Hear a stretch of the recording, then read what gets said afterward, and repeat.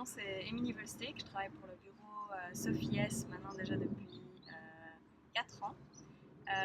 Je suis consultante et puis experte dans la production propre et le développement de stratégies environnementales auprès de clients privés. Je suis ingénieure agronome de formation. Alors, je m'appelle Anne Verniquet, je travaille chez Sophies depuis 2013. J'ai un background en agronomie et en management de l'innovation. Et puis, je travaille en particulier à comment intégrer des mesures dites éco-innovantes dans les business models des entreprises ou des organisations, des territoires. Je pense que j'avais pas d'attente spécialement ou d'appréhension par rapport à la formation en elle-même, mais plutôt par rapport au sujet de la formation. C'est-à-dire que j'avais à la fois une attraction mais aussi une méfiance par rapport à toute cette activité de vente et puis à l'attente qu'on avait de nous d'apprendre à vendre. Donc j'avais une appréhension de devoir rentrer dans une relation un peu très commerciale et puis de créer des besoins auprès de mes clients et de plus être dans une relation de partenariat. Et puis, En fait, une envie d'être bousculé avant tout dans notre manière d'aborder la relation client. Moi, je passe quand même 70% de mon temps à délivrer des projets, une trentaine de pourcents de mon temps à aller chercher de nouvelles opportunités. Et puis, je pense qu'on a toujours à apprendre au travers de nouvelles méthodologies.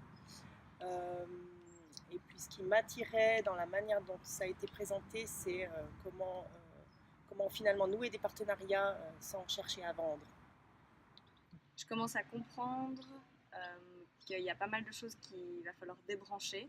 C'est-à-dire qu'au départ, on m'expliquait que par exemple, je devais rayer de mon vocabulaire le mot vente. Puis je me disais, non, mais on va faire un workshop sur la vente, de quoi il nous parle. Et puis doucement, j'ai commencé à comprendre le sens des préconisations qu'on nous donnait. Et maintenant, je commence à comprendre la difficulté entre guillemets, de débrancher et puis de sortir de ces mécanismes ancrés qu'on a en nous.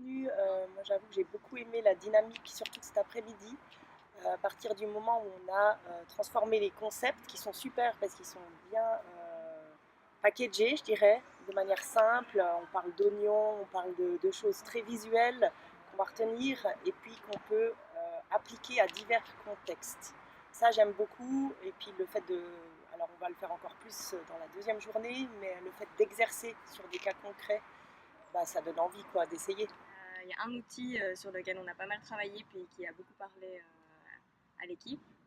C'est l'outil du I, we, you pour la rédaction d'un email lorsqu'on veut obtenir un rendez-vous prospectif. Et puis c'est super intéressant parce que moi, mon réflexe dans les quelques emails pour des rendez-vous prospectifs que j'ai écrits, je commençais toujours par, dans un premier temps, présenter Sophies, décrire ce que Sophies faisait de super et à quel point on était tous super. Et que donc, du coup, ça valait vraiment la peine de nous rencontrer et peut-être on allait pouvoir aussi les aider. C'était ces outils d'aide à la détection des bons interlocuteurs, finalement, ou mettre de l'énergie. Ça, je dirais que c'est un peu le côté réponse à mon problème perso. Et puis après, l'octogone, j'ai trouvé très intéressant en termes de dynamique d'équipe, surtout. Ça me donne des idées de comment aller chercher qui à quel moment dans les projets. En tout cas, c'est surprenant. J'attends de voir parce que je suis qu'à la moitié. Mais c'est surprenant et puis je trouve que c'est à la fois un exercice intéressant en tant qu'équipe, mais aussi un exercice intéressant en tant qu'individu. Et au-delà de mon positionnement dans mon équipe d'aujourd'hui, je trouve que c'est un exercice vraiment intéressant. Si je devais recommander, c'est parce qu'il y a une boîte à outils qui est facilement portable avec nous. Donc on ne va pas oublier du jour au lendemain. Il y a un livre, mais il y a aussi cette petite fiche-là de synthèse qui est sympa pour garder l'approche en tête un peu au quotidien. Parce qu'au final, au quotidien, on a besoin juste de repères pour se rappeler, ah oui, je vais faire attention à ça. Donc je recommanderais de faire cette formation pour revisiter avant tout la manière dont on aborde la relation client. Et puis, moyennant des outils qu'on peut avoir sous la main facilement.